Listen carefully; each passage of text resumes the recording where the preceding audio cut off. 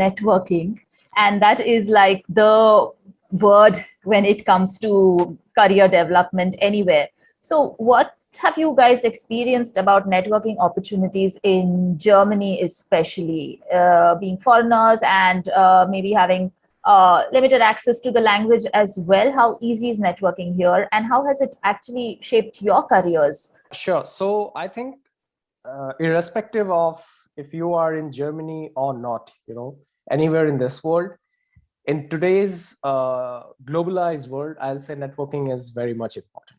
So the networking more happy while you are working within a team, or even if you know someone who has, like worked with you, or maybe who is working on something similar that matches your aspirations or that matches your technology that you are using, to enhance your profile. So one typical example that comes to my mind is like in Germany, I was working for an MNC, a very big MNC, but at the same point of time, I was looking to do something different and trying to take my next leap in my career, where I was looking forward to perhaps share the table with the board members and so on and so forth. And this again goes back to the communication skill set and all, because while working with the colleagues, you can always mention what other skill sets you have. So one of the skill set that my colleagues knew I had, it is not only about energy, I also have a knack towards analytics, so coming up with numbers and explaining the numbers in stories, basically the storytelling via the numbers. And effectively, one of my colleague, he joined a new organization and he was speaking to, his board, and he said, hey, I know this guy, like who can bring in the Abweichungen, the differences in numbers, and can actually show you how the story is all about, what is happening and what is not happening in your projects and stuff. And the very next day, I got a call from the head of the department that, hey, we are setting up this particular segment and we would like to interview you for this role because this is the quality that we are looking for. And from that point on, all that I needed to do was just maintain like what is the particular pain point that I am solving for that particular organization. Because through my networking, through that particular communicative networking structure, it has been already conveyed that I know this guy, I vouch for this guy, and definitely he would be an asset to the organization. But the thing is, to reach that stage, I have had a prior working relationship with that colleague for almost 5 years. So in that 5 years, he not only, kind of documented me in some ways, like how good his skills are, analytical skills are, how good he is in communication. He also had a particular, inclination towards maybe the way I talk, maybe the way I explain things. So in effect, I want to say that please remember that while you are communicating with colleagues, while you are communicating with your network, the probable people that you are, willing to, let's say, approach for your jobs and careers, they would effectively have to have a relationship with you, and then only they can bring you to that next level. So curating that relationship is very much important in Germany. And once that is curated, I think they can always help you in so many aspects that they, rightly pointed out a very good point that how do you, network outside the organization, or even if I'm a university student, how can I actually, approach someone or some organization that I want to work with? So my advice would be like, do not randomly approach people, like because maybe that you have seen some job related to that particular organization, and that particular person, you might have seen his or her profile in the advertisement, something like that. Because always approach people with some substantial argument, I'll say so. Because like you might want to work in management, like maybe let's say communications and the PR role or the marketing. So you need to approach in Germany people via a proper channel, like you have read his or her article on some magazine regarding digital marketing or something like that, or maybe you have had her you followed her on some other professional network, you saw her article or some work that you like, and how actually you two are correlated in terms of your skill set. So that is an effective networking skill that you need to develop over the period of time if you want to approach people who are not within your immediate circle, but they are an effective, way to navigate your career further in Germany. So I'll say these are the 2 points. Mm-hmm. Yeah, definitely a very important sector to even prepare oneself before approaching a person is something one needs to work on. And Priya, you've were in Germany also as a student. How has your experience with networking been here? Did you also do some networking as at this level of a student, or how was it for you? So networking for students and networking for professionals is very different. But before I go to the student bit, I would like to say, I'd like to give a very personal example for 2 people in this room on exactly what Saikat said. Because the story of how Saikat and I met is basically I wanted to do an MBA and I wanted to go to Oxford, and they usually have, so there was this whole leadership thing, and I was like, yeah, but leadership is very weird in Germany, right? And it's like, how do I find out? So I actually went to Oxford and I found out people from Germany who went to Oxford. So I was not looking for Indians, I was looking for people who worked in Germany who got into Oxford for an MBA. So when I knew that link and I knew the story, and I knew the ask, I felt more confident writing to Saikat, like out of the blue, like, hey, so I found you on LinkedIn and you went to Oxford and I have some questions. But that's an important thing that a lot of surprise. He was nice enough to have a call with me and explain to me what I need to know for the application process.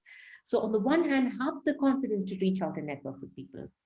But on the other hand, like Saikat said, have that baseline. Why are you doing this networking? What do you expect from this person?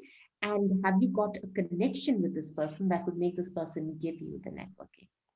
And as a student, I would say the most important thing is networking is like the degree that you do to get a job later, right? You can't do networking today for a job interview tomorrow.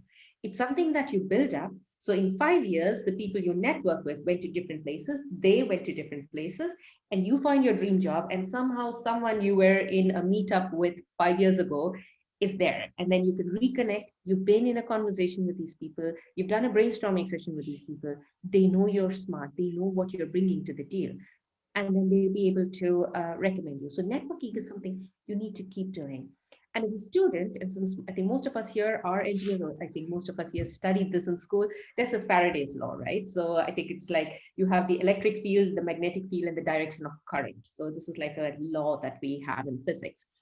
You need to have a Faraday's law for your networking. How do you choose where to network?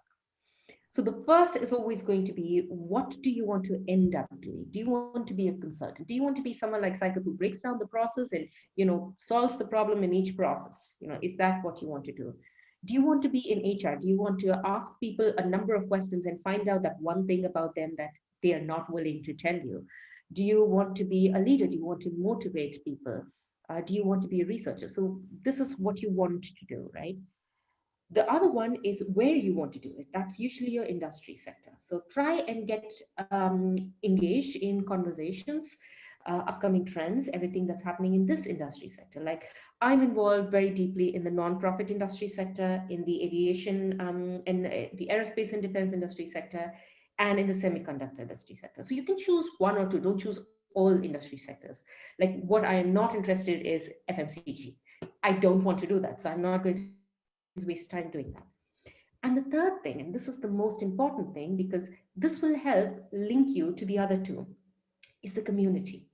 What do you feel strongly about that a lot of other people might feel strongly about too? Like a community like this one, Indian professionals in Germany, or Indian students in Germany, Indians in Germany, South Asians in Germany, inclusion problems for women in tech, women in Germany, circular economy, sustainability strategies, SDG 4, any of the SDGs. So decide what you feel passionately about and join meetups, join groups, and discuss about it, because there might be someone who also feels passionately about sustainable packaging and achieving reducing CO2 emissions in production, who is the head of production for a really big company where you could go do project management, for instance. So look into these three things, write down a list, write down, what do I want to do? I want to go into project management, agile and scrum be and safe and things like that. Or I want to go into consulting, I want to go into strategy management, etc. Which industry sector? Choose your top 3 industry sector. And really the community. What do you feel passionately about, where you can go and give a stellar input to a group of other professionals so you get noticed. And then when you find an opportunity in this area where you were with someone who also feels strongly about the same aspect as you have an insider who will help you. And that's how I got my job in an XP, for instance, right? So this is something that's very important. Identify where you want to network. And the platforms where you can really network very well are now LinkedIn is becoming a big thing. There are a lot of LinkedIn events. Make sure you join even any event that has less than 250 participants. You will go into a breakout session. So you might have an excellent conversation with 6 very highly skilled people, right? So LinkedIn events are excellent. They're also free. So that's a good thing. Meetups in German, because you grab a beer, you go to a meetup after work in a pre-COVID era, right? You grab a beer and you're talking in groups of 3. And in groups of 3, if someone is struggling to talk about why agile will not work in the car industry, and they see you're struggling to say this in German, they're willing to shift to English. We're not sitting in a classroom here, right? There are 3 people, they're drinking beer, they know one person's uncomfortable expressing this, you organically shift to English. So don't wait to see a meetup that's organized in English. Just go there. Nobody is mean, right? They will shift to English when you want them to shift to English. So meetups are excellent. LinkedIn events are excellent.